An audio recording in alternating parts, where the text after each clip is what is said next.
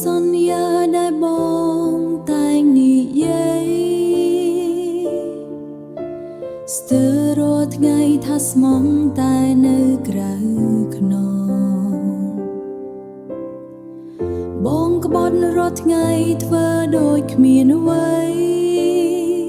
ខ្ញុំទ្រាំស្រឡាញ់ទាំងដឹងថាបងគ្មានចិត្តស្មងអូនមួយថ្ងៃបងស្លាប់ឬបងមិនស្រឡាញ់ខ្ញុំសូម្បីមួយថ្ងៃ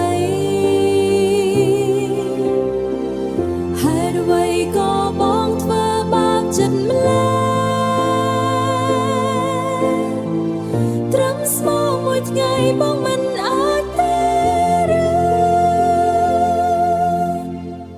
ខ្ញុំដឹងគ្រប់យ៉ាងត្រឹមធ្វើមិនលឺ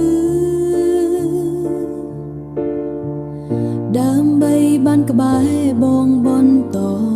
ទៀតបងគិតថាខ្ញុំងងឬបងគិតថា